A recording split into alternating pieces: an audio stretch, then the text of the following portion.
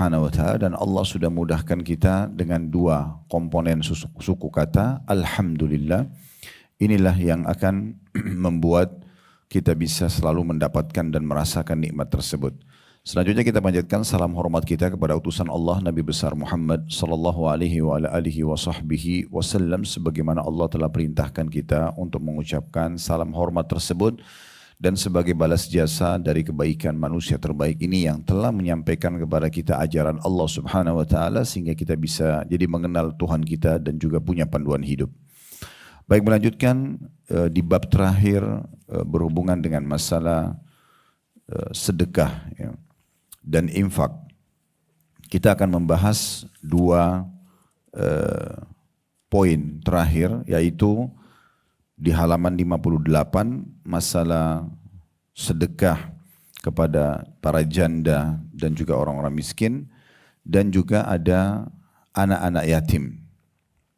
Ini nanti akan kita bagi menjadi dua kali pertemuan. Yang akan kita bahas sekarang adalah di halaman 58 tentang sedekah untuk orang-orang atau para janda serta juga orang-orang miskin. Sebelumnya kita sudah membahas panjang lebar tentang masalah bersedekah dengan hewan. Baik, saya akan bacakan seperti biasa, baru kemudian kita masuk panjang lebar ke penjelasannya.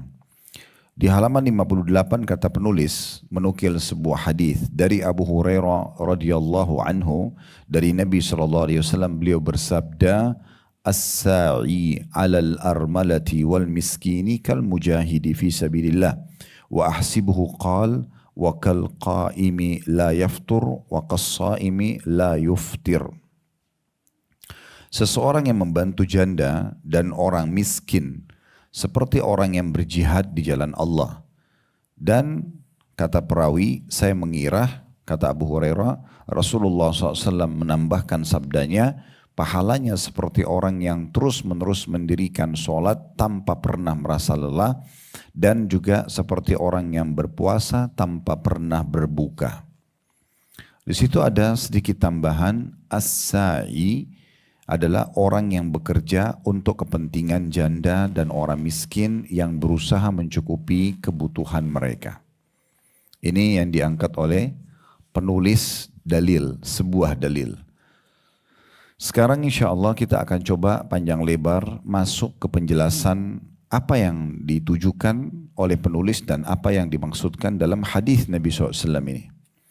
Yang pertama, Bapak Ibu sekalian, tolong digaris bawahi makna daripada as-sa'i di awal potongan hadis, yaitu ya, seseorang yang berjalan, itu maknanya ya, keluar berusaha mencari pendapatan agar bisa memenuhi kebutuhan-kebutuhan. Nah, itu diistilahkan dengan sa'i. Jadi orang yang berusaha berjalan dengan upaya yang sangat tinggi agar dia bisa meraih apa yang dijadikan sebagai target. Makanya di salah satu ibadah umroh kan ada sa'i, berjalan antara Safa dan Marwah. Dan di situ kita berjalan bukan hanya sekedar berjalan biasa, memang kita berjalan, ada jalan biasa, kemudian ada berlari yang sudah diberikan tanda warna hijau, kemudian tidak boleh terpisah antara 1 sampai putaran yang ke-7. Jadi kalau ada orang sa'i hanya misalnya 1 kali atau 2 kali belum dianggap sah. Dia harus menyempurnakan sampai 7 kali. Jadi harus Safa ke Marwah, Marwah ke Safa, terus begitu sampai 7 kali. Baru dianggap sah.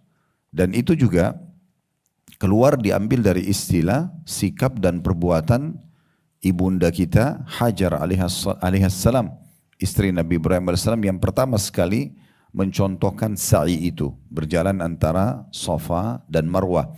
Dan beliau pada saat itu sangat letih karena berusaha luar biasa agar bisa mencari sumber air, agar bisa mencapai dan meraih sumber air.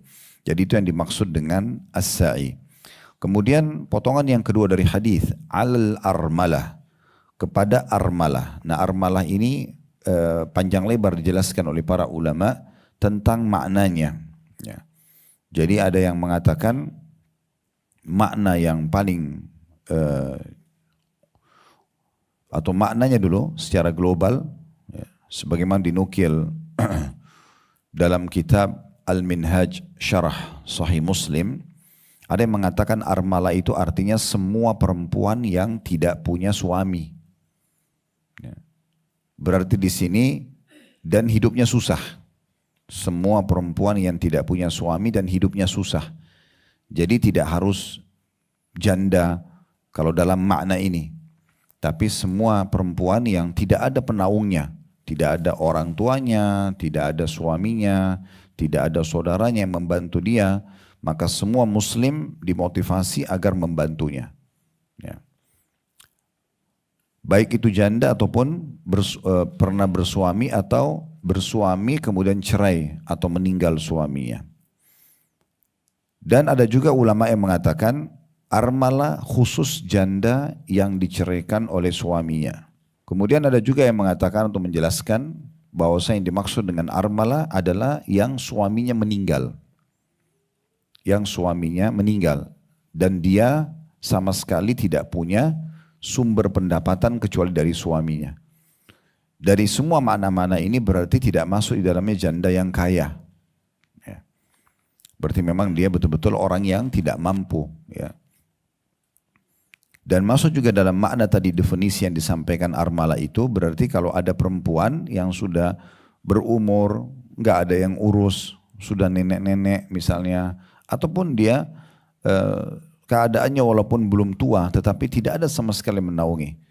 Contoh sekarang teman-teman kita di Gaza terlalu banyak perempuan-perempuan di sana yang ayahnya meninggal, suaminya meninggal, atau mungkin dia masih gadis tapi semuanya meninggal, kerabatnya tidak ada lagi yang menaungi dia. Nah ini bisa saja masuk dalam makna ini. Bisa saja masuk dalam makna ini. Ibnu Qutaibah mengatakan bahwasanya armala harus dihubungkan dengan masalah kemiskinan.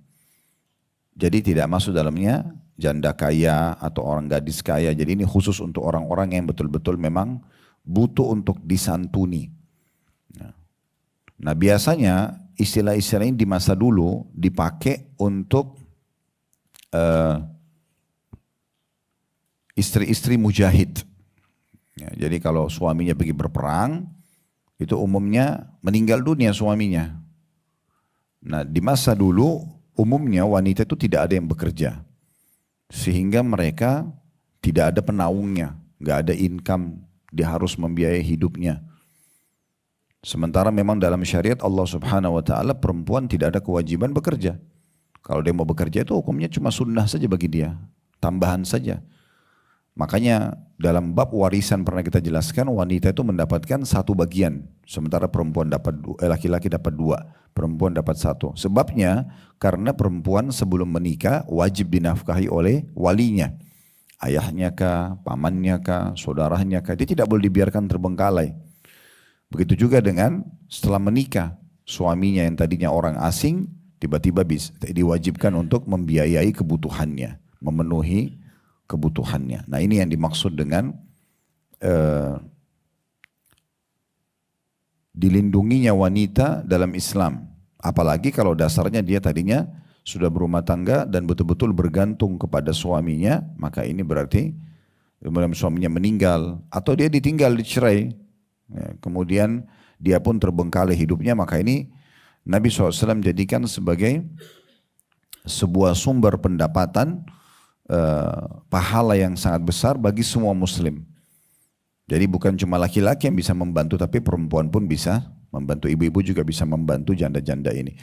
Jadi ini poin penting sekali untuk digarisbawahi sehingga tidak ada lagi orang-orang yang di sana yang jadi janda di luar yang sudah tidak mampu, akhirnya mereka mengemis di pinggir jalan, apalagi kalau sampai harus naudzubillah menjual dirinya. Nah ini semua hadis ini membantu agar hilang semua permasalahan-permasalahan seperti ini. Kemudian setelahnya dikatakan al-miskin dan orang miskin. Siapa orang-orang miskin itu? Orang-orang miskin adalah orang-orang yang punya pendapatan tetapi tidak cukup. Ada perbedaan antara miskin dan fakir, ini pernah kita jelaskan di awal bab sedekah kita. Ya. Kalau orang fakir, dia tidak tahu mau makan apa hari itu, apalagi besok. Jadi betul-betul dia tidak tahu apa yang akan dia makan. Nah seperti itu. Sementara orang miskin punya pendapatan tetapi tidak cukup. Seperti misalnya ini contoh saja, kalau ada seorang pembantu rumah tangga, supir atau siapa sajalah yang profesi dia sebenarnya ada pekerjaannya, tetapi pekerjaan ini income-nya tidak cukup. Dia misalnya butuh 3 juta per bulan untuk dia sama istri dan anaknya, tetapi income yang ada cuma 1,5 juta atau 2 juta. Sehingga dia kerepotan setiap bulan untuk selalu meminjam uang atau mencari tambahan. Nah ini masuk dalam kategori orang-orang yang miskin. Nah kata para ulama, kalau miskin saja punya income kita dianjurkan untuk as-sa'i, kita selalu mencari mereka dan kemudian memenuhi kebutuhan mereka. Bagaimana dengan orang fakir? Karena orang miskin dasarnya punya pendapatan. Nah berarti orang fakir lebih pantas masuk dalam makna ini. Ya, kalau dia betul-betul tidak tahu dia mau makan apa. Hari ini apalagi besok karena tidak ada pekerjaan. Apakah karena lumpuh kena penyakit ataukah misalnya dia di PHK pekerjaan atau ya. Ini kita tidak bicara kalau orang itu dasarnya pengangguran tapi dia sengaja malas. Nah itu berbeda, bahasanya berbeda. Tetapi kalau yang kita maksud ini adalah orang-orang yang betul-betul ya dia punya pendapatan, dia berusaha, dia mulia tetapi dia tidak cukup pendapatannya. Nah di situ kedua kelompok ini disebutkan oleh Nabi SAW, kalau ada orang as-sa'i, sengaja dia bekerja, sengaja dia programkan untuk selalu memenuhi kebutuhan para janda yang ditinggal meninggal oleh suaminya kah, atau misalnya dia diceraikan oleh suaminya dan tidak ada penaungnya, atau misalnya memang dia tidak punya orang yang menaunginya walaupun dia belum janda, dia sangat miskin hidupnya, para wanita, maka itu dianjurkan untuk disantuni. Begitu juga dengan orang-orang miskin, pahalanya kal mujahidi fi sabilillah, seperti orang yang berperang di jalan Allah. Nah ini keutamaan yang sangat besar sekali karena kata sebagian ulama ini sebuah bonus hadiah bagi orang yang tidak bisa pergi ke medan perang. Jadi dia tidak bisa membawa dirinya, dia tidak bisa membawa hartanya ke medan perang. Kayak kita sekarang teman-teman kita di Palestina, kita gergetan aja melihatnya gitu. Karena anak kecil dibombardir setiap hari, perempuan dibantai, laki-laki. Pokoknya masjid dihancurin, semua rusak. Kita nggak bisa buat apa-apa. Lalu apa yang bisa kita lakukan sekarang? Kita berdoa dan kita sumbangkan harta kita kepada mereka. Nah itu kita bisa dapat pahalanya sama dengan orang yang sedang berjihad di jalan Allah Subhanahu Wa Taala. Tidak cukup sampai di situ. Jadi kita tidak perlu bawa pedang, menghadapi musuh dengan pedang, dengan senjata, tapi dengan sibuk. Ibu misalnya programin setiap bulan, mana nih tetangga-tetangga yang janda-janda tidak mampu. Lalu ibu naungin, misal mampunya ibu cuma hanya membantu beras 5 liter atau 5 kilo per bulan. Lalu dinaungi 5 atau 10 rumah misalnya. Ya udah itu yang mampu saya seperti itu. Mungkin mereka kalau ada punya kekurangan lagi dibantu lagi sama yang lain. Atau kita ajak teman-teman atau kerabat kita untuk partisipasi dalam masalah ini. Maka ini ya satu poin yang masuk dalam apa yang sedang kita bahas. Jadi sama saja ibu duduk di rumah, tapi ibu dapat pahala seperti sedang berjihad di jalan Allah Subhanahu Wa Taala. Tidak cukup sampai di situ. Abu Hurairah masih menukil perkataan Nabi SAW yang sangat unik di sini. Ya, uniknya itu apa? Karena kata Abu Hurairah, saya melihat ada tambahan penyampaian Nabi SAW, orang yang bekerja begini, dia memang jadikan program hidupnya akan selalu memenuhi kebutuhan para janda dan orang-orang miskin ini. Itu bukan hanya sekedar jihad, tapi seperti orang yang tidak pernah berhenti sholat malam. Jadi semalam suntuk tidak tidur sampai pagi, sholat terus. Sama pagi harinya puasa terus, tidak pernah buka puasa. Maksudnya hari ini puasa, besok puasa, lusa puasa. Ya. Sampai sepanjang tahun, tidak pernah berhenti. Pahalanya seperti itu. Ya. Berarti ada gabungan 2 keutamaan atau 3 keutamaan besar. Seperti orang berjihad, seperti orang yang sholat malam semalam suntuk tidak tidur, seperti orang yang berpuasa tidak pernah berhenti setiap harinya. Nah ini keutamaan digabungkan 3-tiganya hanya dengan menyiapkan kebutuhan mereka saja. Nah ini sebuah poin atau keutamaan yang sangat besar sekali yang harusnya tidak luput dari kita semua. Baik, kita akan masuk lebih dalam tentang masalah rincian 2 kelompok ini. Janda-janda tadi atau wanita yang tidak ada yang menaungi dan mereka miskin susah hidupnya, sama orang-orang yang muslim punya pendapatan tetapi tidak cukup atau orang-orang yang itu miskin atau orang fakir yang sama sekali tidak punya income. Nah kalau janda-janda ini banyak rincian para ulama tentang masalah itu. Ada yang mengatakan pemenuhan kebutuhan itu bisa dengan memberikan kebutuhan makanan mereka. Makanan, ya, minuman. Kalau mau lebih besar lagi pahalanya, dia masuk ke masalah pakaian. Mau lebih besar lagi pahalanya, tempat tinggal. Ya.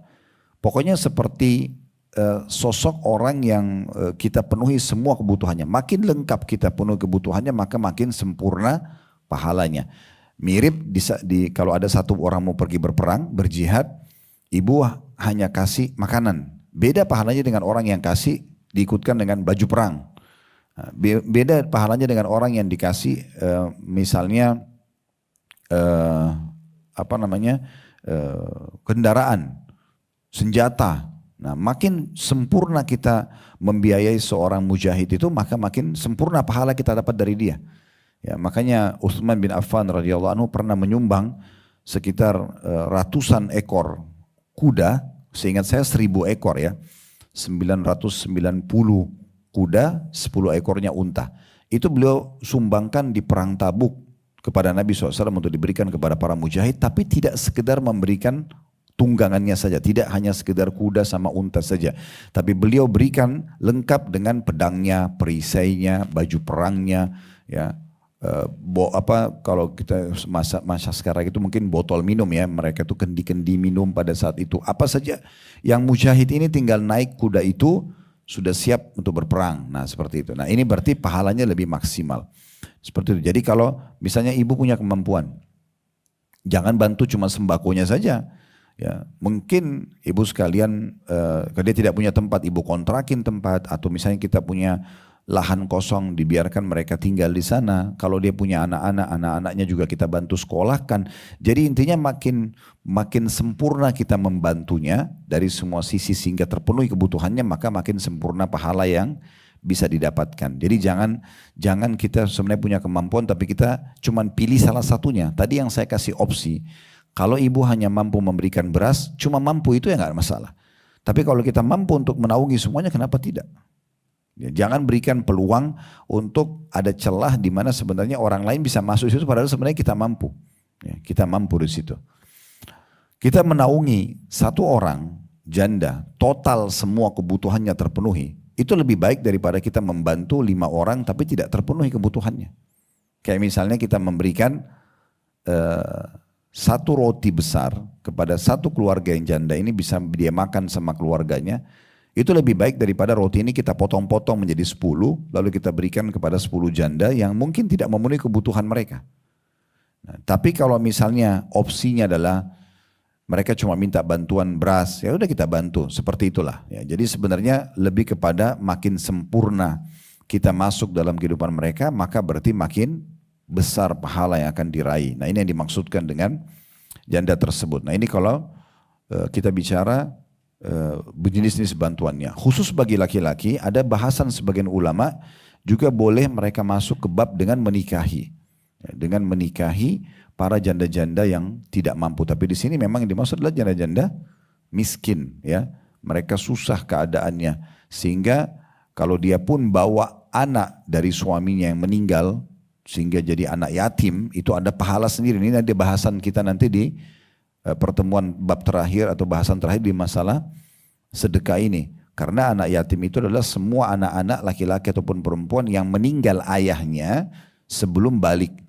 Maksudnya si anak-anak ini belum balik, baru dikatakan yatim. Nah itu maksud dalam hadits Nabi SAW, saya dan sponsor anak yatim seperti ini di surga. Lalu Nabi SAW kasih isyarat jari tengah sama jari telunjuk beliau dan direnggangkan sedikit. Maka ini memang ada pahala dan keutamaan sendiri. Nah dulu di masa Nabi SAW, di masa para sahabat, itu mereka melakukan ini salah satu programnya. Salah satu program. Jadi kayak misalnya ada orang pergi berperang, meninggallah si sang suami. Maka penduduk Madinah itu mendatangi dan membantu para istri-istri mujahid yang meninggal ini. Ada juga yang menikahi sehingga kalau dia nikahi berarti sudah tanggung jawab dia sepenuhnya. Nah itu salah satunya. Kemudian masuk juga dalam masalah miskin ya. Di sini cara membantunya mirip dengan tadi para janda itu. Jadi saran saya, kalau ibu-ibu ingin membantu para orang-orang miskin ini, tadi poinnya, kalau kita hanya mampu masuk ke salah satu substansial kehidupan dia, misalnya beras saja, nggak masalah. Tapi kalau ibu bisa masuk kepada semua, ibu jadikan satu rumah itu. Ya, dan kalau kita bicara orang miskin ini berarti tidak ada urusannya sama janda lagi ya. Jadi walaupun ada kepala keluarga di situ, ada laki-laki, tapi laki-laki ini memang dia sendiri yang menaungi istri dan anaknya dan memang dia tidak mampu, berarti kita bisa peraih pahala satu keluarga. Satu keluarga itu semuanya. Ibu bisa bayarin kontrakannya, atau ibu bisa kasih pinjamin rumah, atau ibu bisa bayarin listriknya, bisa siapin makanannya, bisa siapin pakaiannya, bisa sekolahkan anaknya dan seterusnya. Ya. Nah, salah satu program yang menarik sebenarnya yang mungkin masih sedikit orang kerjakan, ini saya sudah tekankan kepada teman-teman di yayasan kami agar bergerak. Itu kan cukup banyak ya di lampu merah orang-orang miskin ya. Mereka minta, mereka mengemis. Sayang sekali kalau ibu sekalian hanya sekedar kasih uang 5.000, 10.000 selesai. Itu hanya sekedar bantu di saat itu. Mungkin dia cuma bisa beli air mineral dengan 5.000 rupiah, atau mungkin kalaupun ibu itu punya anak, mungkin dia cuma bisa belikan susu 1 kaleng atau berapa, hanya untuk 2-3 hari misalnya. Kenapa enggak cari datanya orang ini? Siapa orang ini? Tinggal di mana? Anak kecil tanya, di mana orang tuamu nak? Cari alamatnya, temuin orang tuanya, lihat tempat tinggalnya. Jadikan itu sebagai program. Nah itu makna daripada as-sa'i tadi. As-sa'i itu kita sengaja memang menjadikan program, kita mencari itu. Kita mencari mereka dan kita berusaha untuk memenuhi kebutuhan mereka. Nah ini jalannya kita, usahanya kita di data gitu kan. Itu sangat bagus. Itu juga bisa membantu pementasan kemiskinan, program pemerintah. Itu sangat bagus. Jadi kita kalau tahu anak itu tinggal di mana, kita ketemuin orang tuanya, mungkin ibunya lagi sakit, mungkin ayahnya lagi sakit, kita bisa bayar rumah sakitnya, mungkin dia cuma tinggal di pinggir jalan, mungkin kita bisa berikan naungan tempat tinggal, mungkin kita bisa sekolahkan anak-anaknya. Bukan mustahil anaknya itu satu waktu menjadi seorang ulama kalau ibu masukkan di pesantren misalnya, sekolah tahfidz Quran, ya, ringankan beban dia, gitu kan. Kemudian juga bisa, mungkin bukan mustahil satu waktu jadi presiden, Allahu a'lam.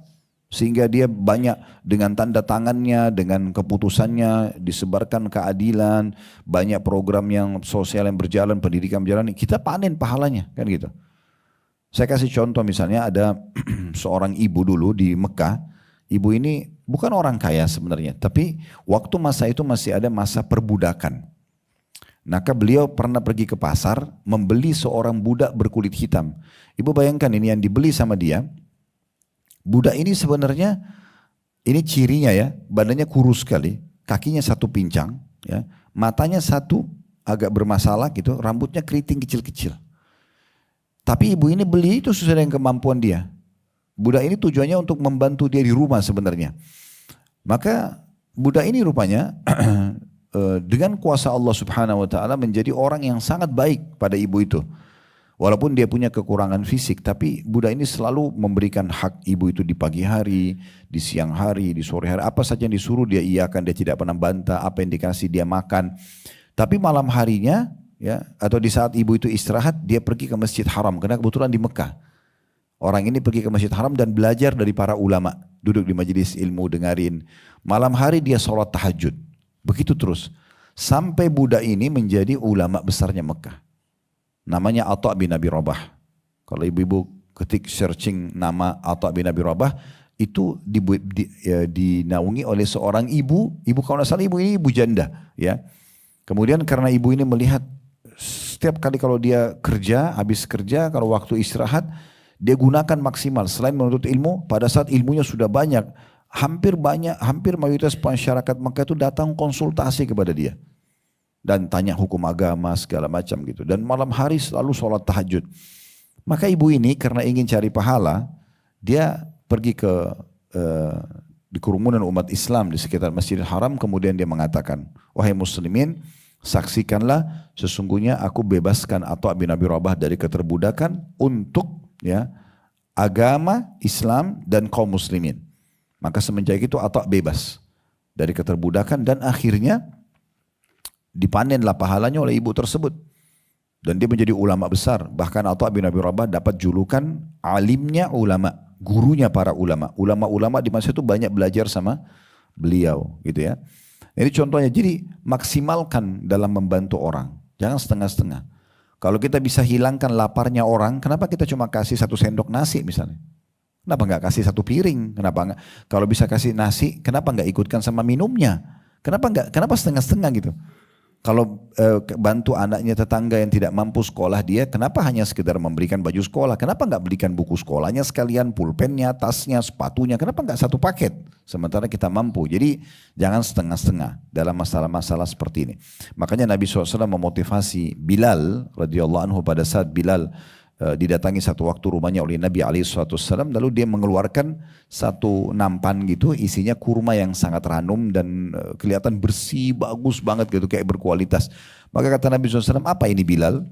Kata Bilal, saya simpan untuk saya makan ya Rasulullah. Maksudnya yang bagus. Kata dalam riwayat lain, saya simpan untuk kedatangan anda. Kalau anda datang saya hidangkan. Kata Nabi SAW, hai Bilal, sedekahkan, keluarkan. Jangan tunggu ini. Jangan tunggu hari esok, sedekahkan. Dan jangan pernah kamu takut miskin dari pemilik arsy yang agung. Maksudnya Allah Subhanahu Wa Taala. Tidak ada gunanya kamu simpan begini. Selama kau masih hidup hari ini, sedekahkan hari ini. Habiskan. Hari esok, urusan esok. Gitu. Maka Nabi SAW ingatkan itu. Begitu juga beliau berkata kepada Asma binti Abi Bakar radhiyallahu anhuma, beliau mengatakan, amfiki, ya, atau la tuki fayukillahu alaiki. Atau fayukillahu alaik. Jangan kamu perhitungan, maka Allah pun akan perhitungan denganmu. Sedekahkanlah. Jangan kau perhitungan, maka Allah pun akan perhitungan denganmu. Jadi maksimal aja. Dan kalau kita bisa punya teman-teman sekalian kantong-kantong sumber sedekah begini yang sifatnya kita bisa memberikan kepada mereka bulanan, itu jauh lebih bagus. Ya, sehingga kita tidak hitung hari lagi. Kayak ibu misalnya kasih beras untuk 1 bulan, bayarin listrik 1 bulan. Berarti kan 30 hari itu seperti kita setiap hari bersedekah yang sudah langsung dikasih 1 bulan ke depan. Ini pahalanya besar sekali. Dan cukup selalu renungi ini ya. Jangan pelajaran kita berlalu begitu saja lalu kemudian tidak dipraktikin. 3 keutamaan besar. Seperti ibu pergi ke medan perang, ini susah banget ini. Susah sekali tinggalin keluarga kalau orang-orang pergi berperang. Mungkin ibu-ibu di sini tahu kalau misalnya suami lagi bertugas ya. Itu kan mereka tinggalin keluarga di medan perang, bisa ditangkap oleh musuh, bisa ditawan, bisa disiksa, bisa juga mati kan gitu. Nah itu bisa didapat pahalanya dengan ini.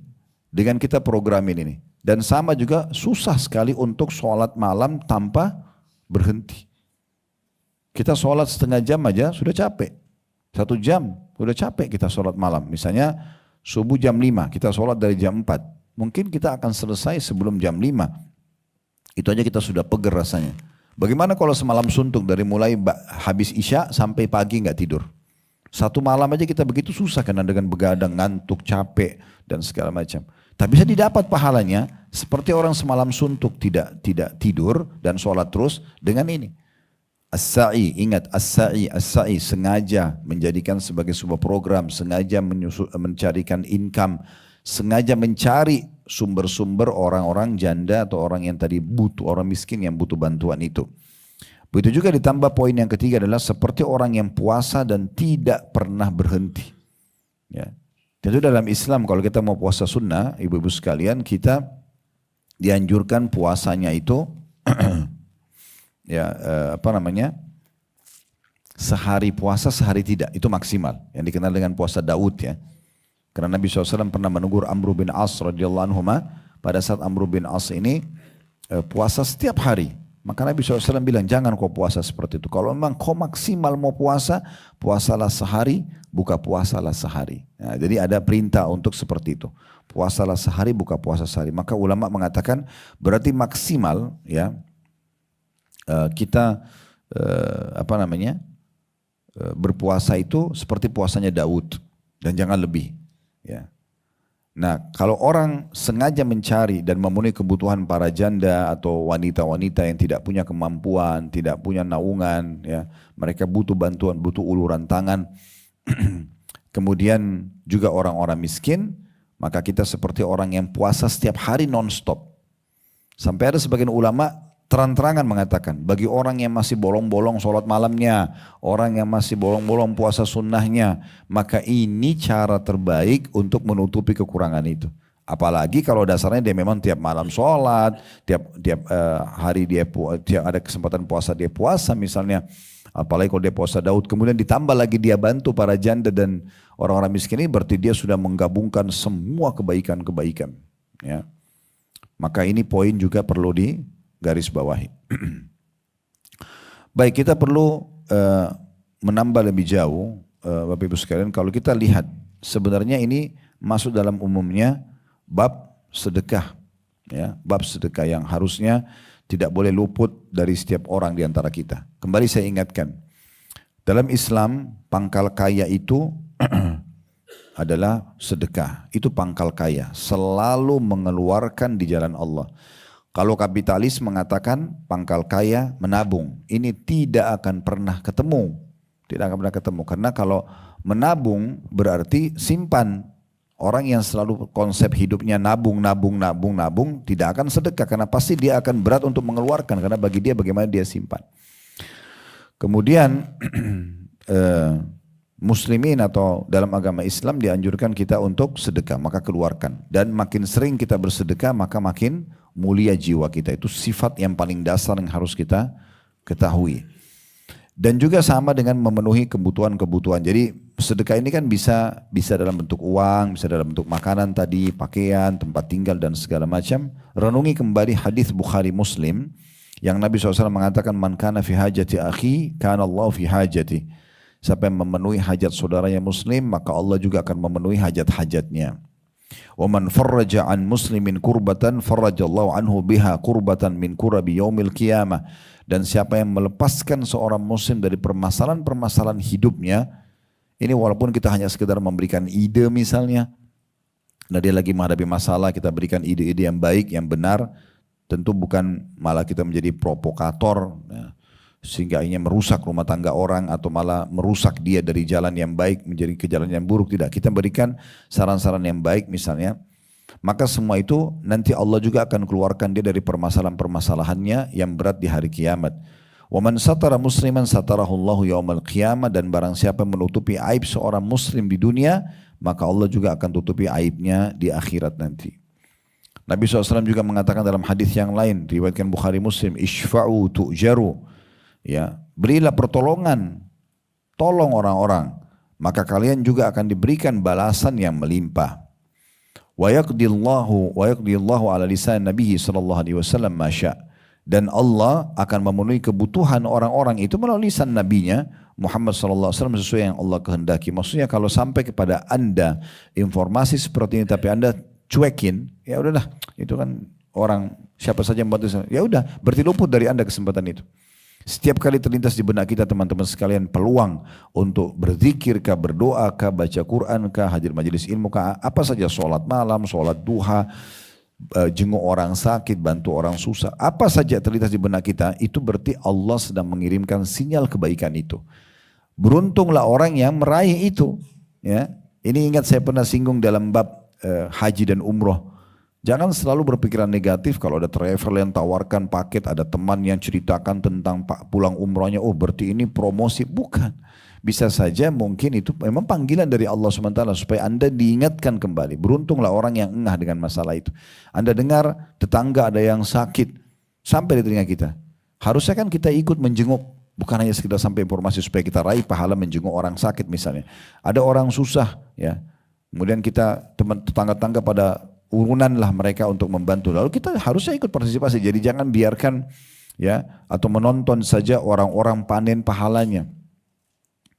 Yang unik kadang-kadang, ya, kalau misalnya ibu lagi duduk berdua nih sama teman di mobil. Ini sebagai contoh saja. Kemudian ada orang miskin yang ketuk kaca mobil, kebetulan teman ibu yang bawa mobil, ibu di sebelahnya. Ada orang miskin ketuk pintu. Lalu temannya ibu mengambil uang, mengeluarkan uang misalnya 10.000 atau 50.000 dikasih kepada orang miskin. Saya mau tanya ibu jujur, apa yang ibu lakukan pada saat itu? Umumnya orang apa? Oh, teman saya sudah bantu. Ya enggak? Ya udah, kan sudah dibantu. Ibu diam aja, ibu enggak buat apa-apa. Itu umumnya orang buat. Ini kan seperti orang yang nonton temannya panen pahala, tambah derajat di surga, tapi dia enggak dapat. Harusnya Begitu lihat orang miskin dekat, itu orang miskin kita bantu yuk. Ini panggilan nanti akan membuat dia dapat pahala temannya. Dan pada saat orang itu datang, dia titipin uang ini, kasih uangnya juga sekalian. Jadi bukan cuma lihat temannya melakukan itu tuh sayang sekali. Kan gitu. Kenapa enggak ikut sekalian di situ untuk dapat pahala? Nah ini poin yang harus kita garis bawahi ya. Nabi SAW juga mengatakan yang lebih umum dalilnya, kata Nabi SAW dalam hadis riwayat Muslim, "Man istata'a minkum an yanfa'a akhahu falyaf'al." Siapa yang bisa memberikan manfaat untuk saudaranya, lakukan manfaat apapun. Walaupun kecil, yang penting kita bisa berikan manfaat. Bahkan dalam Islam ibu hanya menunjukkan jalan saja. Orang tanya alamat, oh di sana, itu sudah cukup mendapat pahala yang sangat besar. Ingat juga hadis Nabi SAW, "Man kana ma'u fadlu dhahrin falya'ud bihi ala man la dhahra lahu wa man kana lahu fadlu min zadin falya'ud bihi ala man la zada lahu." Qala, perawinya mengatakan, "Fadzakara min asnafil mali ma dzakara hatta ra'ayna annahu la haqqa li ahadin minna fi fadl." Terjemahannya ini dinukil dari hadis yang sahih dari riwayat Imam Muslim, barang siapa yang memiliki kelebihan punggung, maka hendaklah memberikan kepada orang yang tidak mempunyai kelebihan itu. Kelebihan punggung biasanya dibahasakan orang punya tunggangan, kendaraan. Ya. Siapa yang punya kelebihan, kasih aja orang lain juga, biar orang lain juga punya kendaraan. Jadi setiap dia pakai untuk silaturahim, dia pakai ini dan itu, maka kita akan panen pahalanya. Nah ini Nabi SAW anjurkan ya. Seperti contoh, sebagai contoh sederhana saja. Ya. Kalau misalnya ada keluarga atau tetangga kita di kampung, mungkin kita pernah dari kota mana, ya datang terus sekarang sudah hijrah dan tinggal di Jakarta misalnya. Lalu kemudian mereka datang, ini kesempatan emas. Siapin tempat tinggal buat mereka, siapin kendaraan buat mereka, ini pahalanya besar banget. Ya. Jangan sampai nanti mereka datang malah, oh nggak ada kendaraan, maaf sibuk, padahal sebenarnya bisa saja. Subhanallah, saya punya seorang sahabat dekat di Jakarta, saya tidak pernah lupa jasa beliau. Waktu saya masih tinggal di Makassar, sebelum saya pindah ke Jakarta, setiap kali beliau tahu saya ada di Jakarta, padahal mobilnya cuma satu. Mobilnya cuma satu. Tapi beliau selalu mengatakan sampai tolong kasih saya kesempatan. Dia sama ajak saya, kalau saya antum ada keperluan apa, yuk ikut sama-sama di mobil beliau. Kemudian beliau diantar ke kantornya, kemudian dia minta supirnya untuk antar saya kemana saja. Toh dalam berapa jam tidak dipakai kendaraan itu, kemudian nanti pada saat waktu dijemput, baru dia dijemput gitu. Ini subhanallah saya tidak temukan bahkan dari kerabat saya sendiri. Yang memang di Jakarta pada saat itu. Kendaraan banyak, tapi tidak ada sama sekali yang menawarkan atau apa gitu. Ya. Itu terjadi. Dan ini sebenarnya salah satu hal yang masuk dalam makna hadis ini. Siapa yang punya kelebihan tunggangan punggung, maksudnya punya kendaraan, pinjamkan ke orang lain. Saya subhanallah pernah satu waktu mau umrah. Waktu itu saya masih awal pindah ke Jakarta, dan ayah saya masih hidup rahimahullah. Beliau bilang sama saya, kita mau umrah. Waktu itu kami belum ada travel dan memang tidak melalui travel. Saya ajukan visa langsung ke kedutaan Saudi dikasih, saya juga beli tiket sendiri. Di Saudi pun waktu itu saya pesan hotel sendiri. Waktu itu seperti itu kurang lebih. Tapi saya waktu mau jalan di Jakarta, karena belum ada kendaraan, ada ipar saya mengatakan, ini ada motor dipakai aja. Saya pakai motor waktu itu. Saya mutar-mutar pakai motor. Saya pergi ke di Garuda di Halim waktu itu, beli tiketnya. Saya ke kedutaan Saudi untuk ngurus visanya. Sambil saya jalan, waktu itu satu hari selesai alhamdulillah, saya berpikir. Saya nggak tahu ini ipar saya ini sempat berpikir nggak sih kalau roda motor yang dia pinjamkan yang saya pakai ini dia akan panen pahala umroh itu. Karena dengan bantuan dia saya beli tiket. Padahal cuma sekitar kemudahan seperti itu saja. Visa juga. Jadi selama perjalanan ini maka akan otomatis saya ada bakti sama ayah saya, bantu beliau sama-sama, kemudian umroh, tawaf, sa'i, belum sholatnya, belum berdoanya, belum segala macam hal bisa dipanen hanya karena menyiapkan itu. Kenapa nggak dilakukan gitu ya? Sayang sekali banyak orang tidak pikir. Atau ya, Anda bisa lakukan hal yang lain. Seperti kami buat program di yayasan kami, mungkin kalau sudah sering dengar teman-teman yayasan biasa saya minta sampaikan di pengajian, kita ada program motor dai misalnya. Saya setelah melihat di alam kami, di alam saya, di alam berdakwah ini, tidak semua dai-dai itu punya kemampuan. Tidak semua mereka punya kemampuan. Ya, kalau tadi kita bicara tentang orang miskin, berarti kan Tadi janda dipisahin sama orang miskin karena janda yang miskin itu seperti punya bahasan sendiri. Tapi kalau orang miskin jenis yang kedua tadi armala, orang janda-janda yang meninggal suaminya atau ditinggal cerai tapi mereka tidak mampu. Dengan orang miskin, ini sebenarnya janda ini miskin juga, tetapi dipisahkan. Kenapa? Karena kalau orang miskin itu lebih umum lagi nanti masuk walaupun dia laki-laki tapi dia tidak punya kemampuan. Nah di sini kalau kita temukan ada seorang dai, seorang alim, kondisinya seperti itu, dia ngajar tiap hari, dia sibuk dengan untuk mengulangi hafalan Quran, atau dia guru tahfidz Quran misalnya, atau guru TPA atau apa, ini pahalanya besar sekali. Saya pernah temukan ada salah satu adik kelas saya, subhanallah, kami ketemu di Tebet. Saya tahu anak ini cum laude waktu kuliah, sangat pintar kan. Dia naik motor, motornya tuh diikat pakai tali, motor tua gitu, lagi ngajar. Subhanallah, saya tidak sengaja ketemu, sudah sekian tahun tidak ketemu dari semenjak kami tamat itu. Terus saya tanya, ini motor antum? Dia bilang iya. Ada kendaraan lain? Dia diam aja, dia kayak tersipu-sipu gitu. Semenjak itu saya langsung balik ke kantor, kita buatin program untuk motor dai. Termasuk orang yang pertama kita bantu adalah beliau. Kita coba sebarin, alhamdulillah sekarang sudah ratusan motor kita bagikan. Nah itu berapa banyak pahala? Saya berpikir kalau saya duduk begini misalnya, berapa banyak hadis yang saya sebutkan, berapa banyak ayat yang saya bacakan, berapa banyak kisah tentang kita bisa sampaikan, berapa banyak juga orang yang bisa berubah dan mengambil manfaat dari situ. Maka kalau dai-dai ini kita bisa penuhi kebutuhan mereka, otomatis berarti kita akan raih pahalanya. Kalau disiapin kendaraannya misalnya, maka berapa banyak pahala yang bisa didapatkan dari mereka ini. Nah yang saya tahu bahkan di Saudi itu para ulama-ulama itu bahkan dikeroyokin oleh banyak orang gitu. Ada yang bayarin listriknya, ada yang bayarin beasiswa sekolah, ada yang sekolah anak-anaknya, ada yang kirimin tiap bulan kebutuhan sembakonya dan segala macam. Karena mereka tahu orang-orang seperti ini akan lebih besar pahala yang bisa diraih karena kesehariannya habis untuk agama Allah Subhanahu Wa Taala. Kemudian lanjutan hadisnya kata Nabi SAW, wa man kana lahu fadlun min zadin falyu'id bihi ala man la zada lahu. Dan barang siapa yang memiliki perbekalan lebih, misalnya perbekalan ini kayak stok makanan dan minuman kita lah di rumah ya, punya lebih, hendaklah dia memberikan kepada orang yang kurang perbekalannya. Ya. Kemudian Abu Sa'id al-Khudri radhiyallahu anhu, sahabat Nabi yang mulia ini yang meriwayatkan hadis mengatakan, beliau atau Nabi SAW lalu menyebutkan berbagai jenis harta yang banyak sampai sekiranya kami berfikir tidak ada keutamaan lagi bagi kami yang untuk memilikinya. Hadis ini riwayat Imam Muslim. Jadi Nabi SAW sebutkan siapa yang punya makanan gandum kasih, siapa yang punya madu, siapa yang punya keju, siapa yang punya domba. Nabi rincikan semua jenis itu, kasih selama kalian terpenuhi kebutuhannya kasih. Sampai kata Abu Sa'id, sampai kami mengira mungkin sudah tidak ada lagi hak kami untuk memiliki barang. Karena Nabi selalu menyuruh kita untuk berbagi dengan orang lain. Imam Nawawi rahimahullah berkata tentang hadis ini, di dalam hadis ini terdapat dalil atas dianjurkannya untuk rutin bersedekah, suka berderma, punya kepedulian pada sesama, berbuat baik pada teman, ya, teman perjalanan, ya, atau teman-teman sejawat, memperhatikan kebutuhan mereka.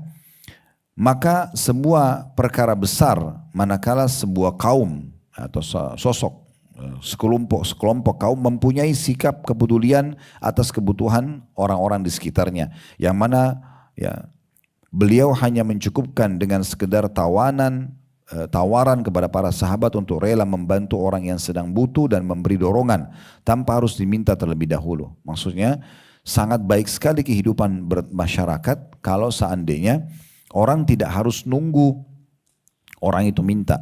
Beda ya, saya pernah jelasin di bab sedekah, beda pahalanya Bu, kalau ibu misalnya nunggu ada orang minta, lalu ibu kasih, tolong bantu saya Bu, ibu kasihlah 10 ribu, 50 ribu, 100 ribu, 1 juta, terserah ibu mau kasih antara ibu sama Allah.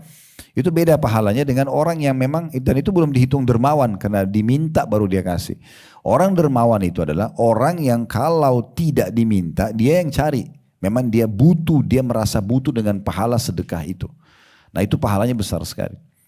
Ya, jadi kita yang sengaja mencari, mana nih kantong-kantong orang yang butuh yang saya kasih. Jadi dia tidak tunggu, bayangkan kalau ibu tinggal di satu komplek, itu dijaga sama security, gak bisa orang miskin masuk, ibu keluar dari komplek langsung masuk tol ke urusannya, pulang. Siapa yang mau dibantu nih? kapan bisa membantunya. Makanya kita yang harus cari mana yayasan sosial, mana rumah yatim, mana masjid yang butuh bantuan, mana ini, mana itu semuanya.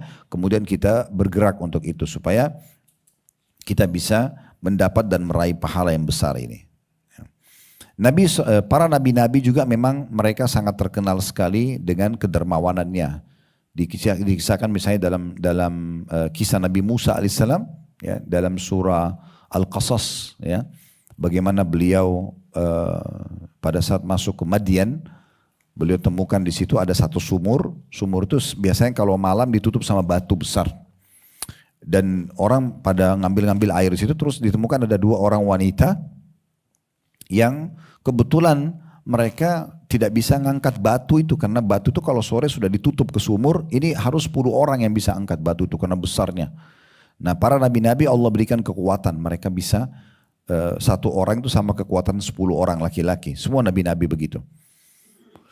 Nah, di sini batu itu diangkat oleh Nabi Musa alaihissalam sendirian, kemudian diberikan minum air kepada 2 orang ini. Nabi Musa tidak tahu kalau ini adalah anaknya, ya, tokoh masyarakat yang ada di Madian itu, ya. Maka pada saat itu dia memberikan minum, kemudian pergilah kedua wanita tersebut melapor pada ayahnya, dan akhirnya mereka berdua atau salah satunya diutus oleh ayahnya untuk meminta Nabi Musa datang dan diberikan balasan terhadap perbuatan. Tapi Nabi Musa alaihissalam memberikan seperti itu, ya. Kita juga lihat bagaimana Nabi Muhammad SAW tidak pernah, dalam riwayat yang sahih kata Jabir, Nabi SAW tidak pernah menolak siapapun yang minta. Ini puncak kedermawanan, ya. Kalau ibu mau sampai pada tingkat tertinggi dari kedermawanan, tidak pernah menolak siapapun yang minta. Dan selalu memberikan maksimal apa yang sedang kita berikan. Nah, di sini syaitan memang biasa memberatkan hati kita untuk memberi, ya. Atau misalnya kalaupun kita mau memberi, maka kita menyicil tadi atau kita kasih sebagian. Bahkan ada yang parah, kadang-kadang orang itu dusta, ya. Oh, saya mau pinjam uang, saya butuh. Oh, saya nggak ada uang, padahal uangnya banyak. Ini bisikan syaitan.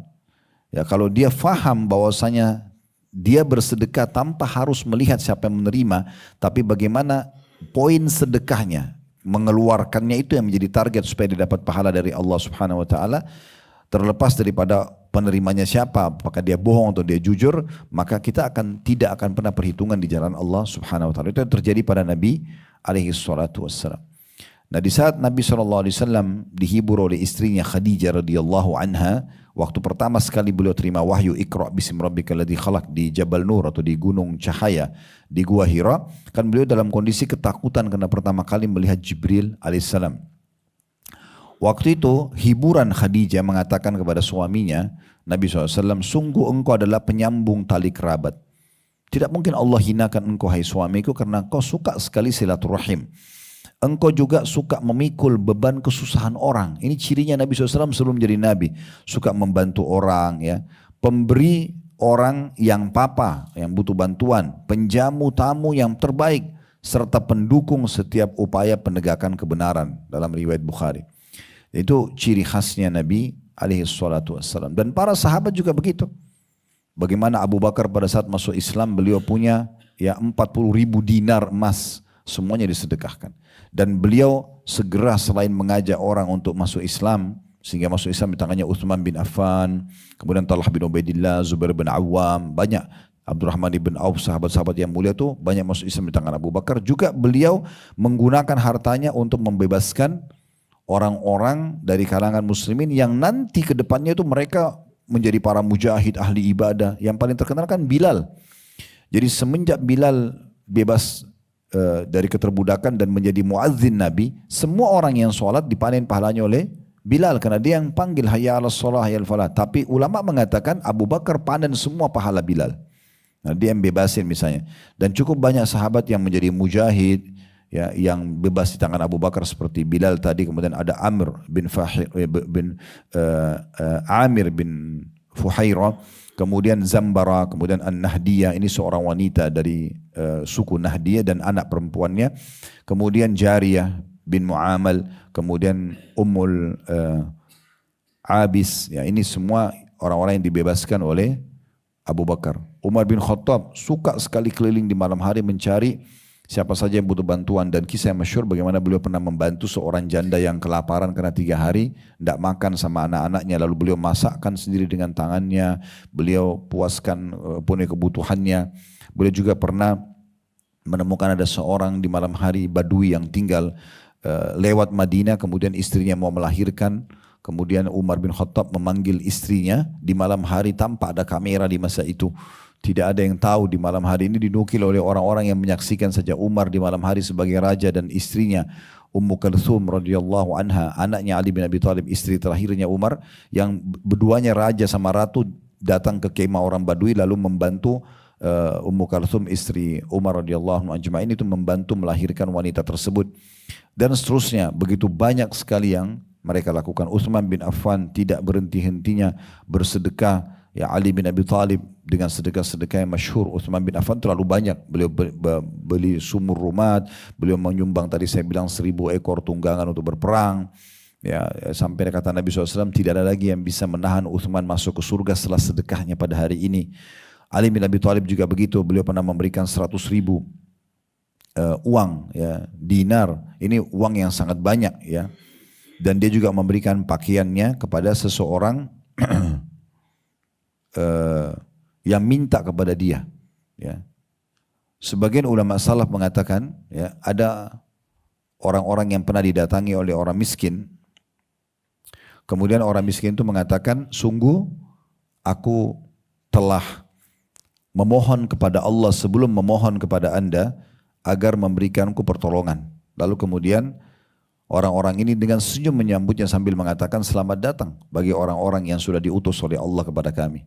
Jadi malah tidak pernah menolak orang-orang miskin tersebut. Cukup banyak kisah-kisah yang berhubungan dengan masalah-masalah seperti ini. Seorang sahabat Nabi bernama Hakim ibn Hizam radhiyallahu anhu, beliau mengatakan tidaklah di pagi hari, ya, lalu aku tidak menjumpai di pintu rumahku seseorang yang membutuhkan keperluan, melainkan aku mengetahui bahwasanya itu musibah bagi hidupku. Ya, jadi maksudnya mereka itu melihat kalau dia satu hari tidak membantu orang susah, berarti itu musibah bagi mereka. Sampai seperti itu. Ya. Ibnu Abbas radhiyallahu anhu mengatakan, ya, pada saat ada orang-orang miskin minta bantuan di depan rumahnya digantung. Dan pada saat satu waktu mereka tidak ada. Semua orang miskin yang biasa minta-minta depan rumahnya tidak ada datang. Maka dia mengatakan pada orang sekitarnya, mana orang-orang ini? Maka mereka semua mengatakan kami tidak tahu. Abdullah bin Abbas mengambil harta yang biasa dia sedekahkan setiap hari, lalu dia mengejar, mencari mana rumah-rumahnya orang miskin, lalu dia memberikan ke orang itu. Ya, bedakan dengan kondisi kita, mungkin kalau ada orang yang biasa minta pengemis setiap hari, kita lihat mukanya sama, kita bantu, kemudian satu waktu dia tidak ada. Mungkin kita mengatakan alhamdulillah hari ini dia nggak datang gitu ya. Ini enggak, malah dia mencarinya, dia sengaja keluar mencarinya. Saya sangat terinspirasi dengan kisah salah satu ulama Saudi namanya Syekh bin Baz rahimahullah. Beliau itu punya di rumahnya, jadi di rumahnya, di sebelah rumahnya itu ada satu ruangan terbuka, itu pakai AC segala macam. Setiap hari makan siang sama makan malam, yang saya dapat informasinya begitu ya. Saya tidak pernah ikut di situ, tapi saya dapat informasinya ini sangat luar biasa gitu. Beliau menyiapkan makan, kalau tidak salah di makan siang untuk 300 orang, makan malam 300 orang. Dan itu orang sekitar sudah tahu ini di sini tempat makan gratis. Jadi dia di ruangan itu dia siapin makan, siapa saja boleh datang. Tukang sapu jalanan, tukang sampah datang makan setiap hari, pagi dan siang dan malam, gitu kan. Jadi ini sebenarnya memang contoh dari Nabi SAW ya. Dalam sebuah riwayat yang sahih dikatakan Nabi SAW itu punya sebuah nampan besar, Bu. Itu diangkat sekitar 5-6 orang karena besarnya. Setiap pagi Nabi selalu isi dengan gandum dan makanan-makanan yang biasa dipakai untuk umumnya orang sarapan di saat itu, dan memberikan kesempatan kalau memang ada yang mau juga menyumbang gitu. Jadi memang pola-pola seperti ini luar biasa gitu. Ya. Dan saking saya tutup dengan ini, saking cintanya Syekh bin Baz rahimahullah dengan sedekah, sampai pernah ada orang datang minta sedekah dengan beliau 2.000 real. 2.000 real itu kalau kita kali 4.000 terus ya 8 juta lebih lah ya. Itu dia, orang itu minta, kemudian Syekh bin Baz gak pakai nanya, orang itu cuma bilang saya butuh sekali untuk keperluan saya gini-gini, saya bisa mengatakan berapa, 2.000 rial. Ditulis sama dia. Beliau ini orang buta sebenarnya, yang disuruh tulis sekretarisnya. Tulis 2.000 rial, kasih cek itu, suruh nanti dibawa ke bank. Subhanallah, orang yang minta ini, rupanya dia nakal ini orang. Dia minta, begitu dia lihat, oh 2.000 rial, lumayan 8 juta sudah cukup besar bantuannya. Maka begitu dia lihat, dia coba akalin 2.000 rial kalau tulisan dalam bahasa Arab itu agak beda, nolnya itu titik aja. Ya, kalau nol itu titik. Maka angka 2 bahasa Arab terus ada 3 titik. Ditambah sama dia 1 titik. Jadi berapa itu? 20.000. 20.000 rial itu berarti 80 juta lebih. Tetapi subhanallah, kuasa Allah. Orang kalau curang atau manipulasi itu kebongkar saja. Allah punya cara. Jadi subhanallah, dia kasih titik tapi dia lupa. Di situ kan ditulis, ada tulisan 2.000 rial, kan biasa kita ada tulis. Dia lupa tuh ubah itu 20.000 rial. Dan itu juga susah dia ubah karena pasti ada coret-coret dan itu tidak mungkin. Dia pergi ke bank, kemudian kepala bank lihat sudah tahu ini biasanya ceknya Syekh bin Baz, sudah tahu ini ulama besar dikenal di Saudi. Mufti beliau. Maka akhirnya kepala bank telepon ke Syekh. Syekh, ini Anda kirim orang yang untuk cek-cekan. Iya, dia bilang. Kata orang bank itu berapa? Kata Syekhnya 2.000 rial. Terus kata kepala banknya, tapi orang ini tambah 01. Jadi dia kayaknya nakal ini, dia tambah jadi minta 20.000 rial. Apa kata Syekhnya? Bukan dia bilang batalin. Dia bilang tunggu sebentar, saya akan datang. Syekhnya datang. Kira-kira apa yang kita bayangkan? Mungkin Syekh akan marah, mungkin penjarain orang ini atau apa gitu. Enggak. Dia begitu ketemu sama orang itu, dia minta ceknya itu dirobek sama beliau, suruh sekretarisnya berobek, lalu suruh tulis cek baru, angkanya 20.000. Dia tulis 20.000 betul. Lalu dia kasih ke orang itu, dia mengatakan pada sekretarisnya dan kepala bank, mungkin kita yang belum memahami kebutuhan saudara kita. Jadi dia malah yang salahin dirinya. Bayangkan luar biasanya itu. Karena orang ini nggak mungkin tulis 20.000 kecuali memang karena dia butuh, nah gitu. Begitu luar biasanya mereka cinta dengan kedermawanan dan begitulah harusnya sifat seorang muslim. Ya. Tinggal kita tutup juga Bapak Ibu sekalian, ibu terutama ya, karena mayoritas yang hadir ibu-ibu, maka kita harus garis bawahi poin penting, hati-hati dengan, walaupun kita sudah tahu sedekah itu pahalanya besar segala macam, hati-hati dengan riya dan man itu nyebut-nyebut. Ya. Tahu nggak janda sana itu? Saya yang biayain. Nah, misalnya. Itu masjid sana tuh saya yang pasangin karpetnya. Itu sana pesantren saya yang bantu. Ini dekat sekali dengan riya. Ya. Hati-hati karena bisa merusak. Atau man itu kayak dia bilang sama orang, kamu kan sudah saya bantu, masa kok nggak tahu? Masa nggak gini? Masa nggak gitu? Nah, ini man menyebut-nyebut kebaikan. Nah, kita pernah baca Al-Baqarah kalau masih ingat di awal bab sedekah. Al-Baqarah surah nomor 2 ayat 261 sampai 274. Saya berapa kali bilang itu dari awal bab sedekah. Ibu-ibu ulangin. Di situ banyak disebutkan syarat-syarat sahnya diterimanya pahala sempurna dari zakat sedekah itu adalah dengan ikhlas karena Allah, tidak menyebut-nyebutnya ya. Kemudian tidak juga menyakiti perasaan si penerima. Nah, ini pernah saya sebutkan ada pengecualian seperti misalnya kalau seorang pemimpin negara kepada masyarakatnya. Misal seorang presiden atau seorang pemimpin wilayah, gubernur, wali kota, bupati. Misal mereka buat program jembatan, contoh, atau jalan raya. Kemudian setelah selesai peresmian lalu dia memberikan sepatah kata, misalnya saya meminta kepada masyarakat setelah kami pemerintah membangunkan jembatan ini, menggalikan sumur itu, apalah membuat jalan ini, tolong dirawat baik-baik. Itu kan menyebutkan perbuatannya, tapi ini nggak masuk dalam man. Karena memang dia ingin, kecuali memang dia niat untuk pamer, beda. Tapi kalau dia niatnya hanya sekedar supaya masyarakat peduli dan tahu kalau pemerintah sudah turun untuk membantu masyarakat, itu tidak masalah. Ya. Atau orang tua pada anaknya. Misalnya ada anak, naudzubillah, satu anak durhaka sama orang tuanya. Lalu ibu bapaknya bilang, nak kenapa kau jadi nakal begini? Kenapa jadi durhaka begini? Dari dulu ayah sama ibu sudah membiayai kamu dari kecil. Nyebut gak di sini? Di sini gak berdosa orang tuanya karena dia punya hak sebagai ayah dan ibu gitu, menyadarkan anaknya. Kemudian juga suami pada istri, misalnya ibu sudah dikasih nafkah oleh suami bulanan, ini ya nafkahnya sudah disepakati. Tapi ternyata habis sebelum akhir bulan. Lalu suami tanya, kan kemarin sudah saya kasih, apa masalahnya? Misal, ditanya sama dia rinciannya. Itu bukan dosa di situ. Karena kan dia punya hak untuk bertanya. Dan ibu juga harusnya punya kewajiban menjelaskan. Ini contohnya saja. Guru pada anak-anak murid-muridnya. Misal ada satu guru mengatakan, saya sudah mendidik kalian. Saya pemimpin pesantren, kiainya mengatakan, saya sudah membentuk pesantren ini agar kalian menjadi anak-anak yang baik. Saya berharap dengan belajar di sini nanti kalian akan bisa menjadi orang yang baik ke depannya. Tolong dihargai guru-guru di sini yang sudah mengajar, masukkan dalam doa kalian. Kan dia sebutkan kebaikan.